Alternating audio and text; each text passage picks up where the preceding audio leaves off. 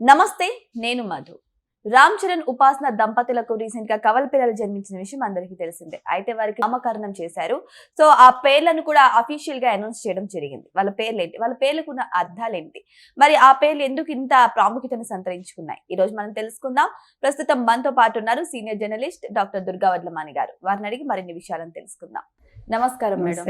ఉపాసన రామ్ చరణ్ దంపతుల కవల పిల్లలకు పేర్లు పెట్టడం జరిగింది. అసలు ఆ పేర్లకు అర్థాలు ఏంటి మేడం? ఆ పేర్లు ఎందుకు అంత ప్రాముఖ్యతను సంతరించుకున్నాయి? ఎందుకు ప్రాముఖ్యత సంతరించుకుంటాయి? రామ్ చరణ్ పిల్లలు కాబట్టి ఒకటి, రెండు చిరంజీవి మనవలు కాబట్టి, మనవడు మనవరాలు కాబట్టి. మామూలుగా అయితే అంత పట్టించుకుంటారా? అవును. అంటే మన సెలబ్రిటీస్ అంటే ఒక ఇంపార్టెన్స్ ఇచ్చేస్తాం కదా. అవును. సో దానివల్ల జరిగేది అనమాట ఇదంతా. ఏదేమైనా మనం చెప్పినట్టే అయింది. ఉపాసన రామ్ చరణ్ ఇద్దరు కూడా జ్యోతిష శాస్త్రం ప్రకారం పిల్లల్ని అమ్మాయి డెలివరీ చేయటం కావచ్చు, లేదు ఇప్పుడు పిల్లలకి పేర్లు పెట్టడం కావచ్చు, అన్నీ చేశారు. మరి నామనక్షత్రాన్ని బట్ట లేకపోతే టైంని బట్ట మనకు తెలియదు. మొత్తానికి శివరామ్ అనే అబ్బాయికి అన్వీరాదేవి అనే అమ్మాయికి పెట్టారు. అంతకుముందు కూడా 2022 జూన్ 20 అనుకుంటా క్లింకార జన్మించింది. ఆ అమ్మాయికి కూడా అలాగే పెట్టారు, లలిత సహస్రనామాల్లో. ఇప్పుడు అన్వీరాదేవి అంటే అపరిమితమైన ధైర్యం, సాహసం ఉండే అమ్మాయి అని. శివరామ్ అంటే శివశంకర వరప్రసాద్ కాబట్టి తాతగారి పేరులోంచి శివ, తండ్రి పేరులోంచి రామ్ చరణ్ కాబట్టి రామ్ తీసుకుని ఉంటారు. సో తాత తండ్రుల కలయికతో ఈ అబ్బాయికి పేరు పెట్టడం జరిగింది. మనం చిరంజీవి అని పెడతారని అనుకున్నాము. అవును. సరే, తర్వాత ఏమైనా మార్చుకుంటారు. ఎందుకంటే చిరంజీవి అనేది వాళ్ళ అమ్మగారు పెట్టారు కదా చిరంజీవికి. ఆయన అసలు పేరు శివశంకర్ వరప్రసాద్ అయినా. సో రేపొద్దున అబ్బాయి ఒకవేళ ఫ్యూచర్లో సినిమాల్లోకి వస్తే జూనియర్ చిరంజీవిగా మరి పెట్టుకుంటారేమో, మనకు తెలియదు.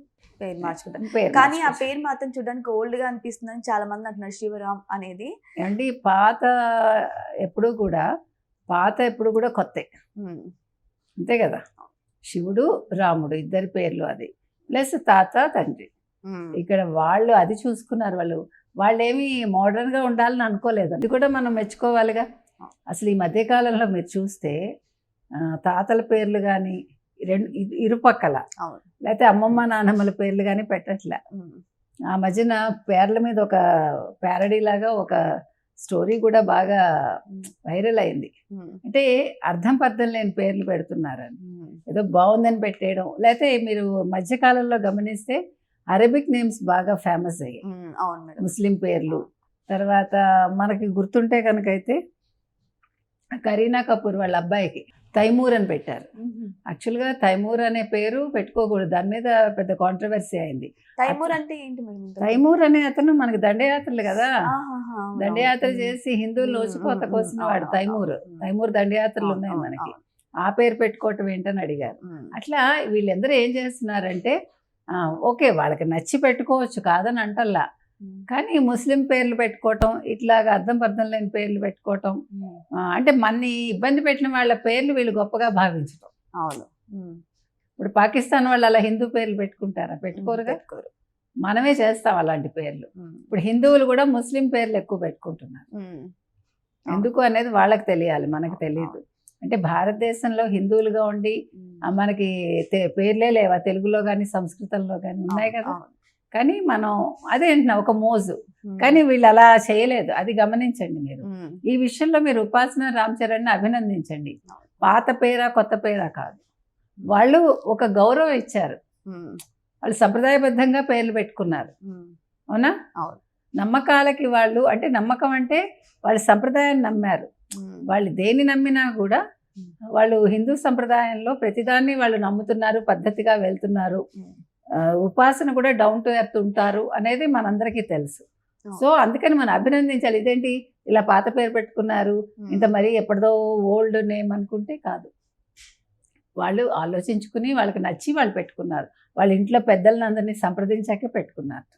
కానీ ఇక్కడ చూస్తే అమ్మాయిల పేర్లు లలిత సహస్రనామంలో తీసుకున్నారు కదా మేడం. అందరూ ఏం ఎక్స్పెక్ట్ చేశారంటే చిరంజీవి గారు ఆంజనేయ స్వామి భక్తుడు, అంజనీ పుత్రుని పేరు ఏదైనా సూచించే అవకాశం ఉన్నట్టు అందరూ అనుకున్నారు.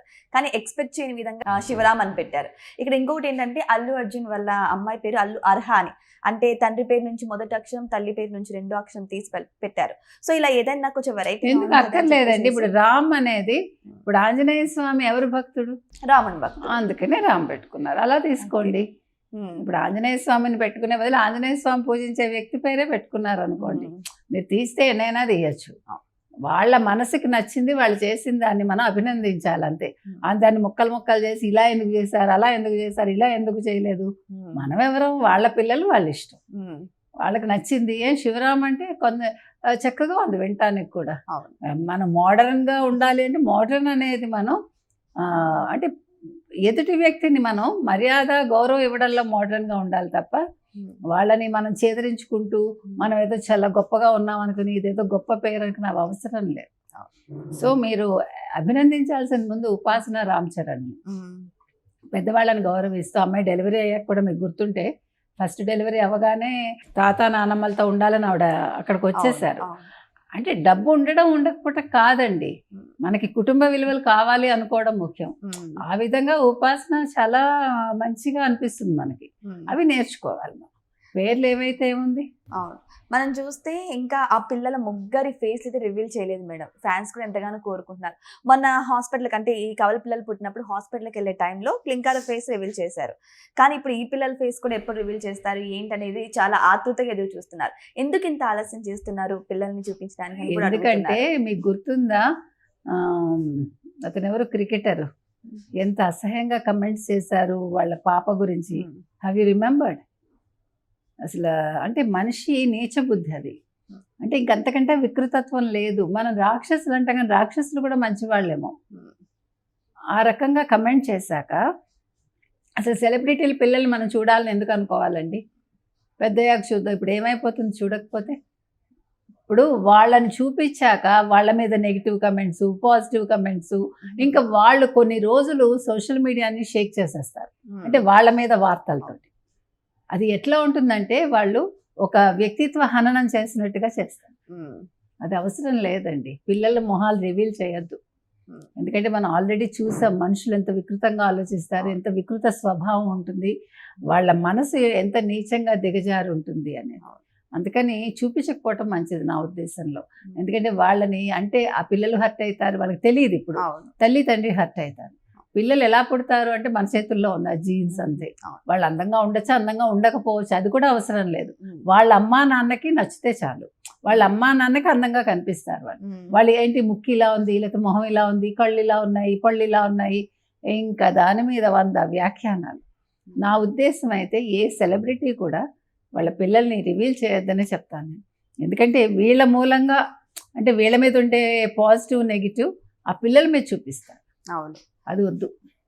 సో ఏదేమైనా కానీ ఇప్పుడు చిరంజీవి గారి మనవరాల పేర్లు అయితే రివీల్ అవ్వడం జరిగింది. మరి ఫ్యాన్స్ కూడా ఎంతో ఖుషి అవుతున్నారు. ఈ పేర్ల గురించి కూడా రకరకాల వార్తలు అయితే వస్తున్నాయి. కానీ పేర్లు మాత్రం చాలా బాగున్నాయి, తెలుగుతనం ఉట్టి పడుతుందని మాత్రం చెప్తున్నారు. సో ఇటువంటివి మరిన్ని అప్డేట్స్ కోసం మా ఛానల్ సబ్స్క్రైబ్ చేసుకోండి. Thank you so much. Thank you.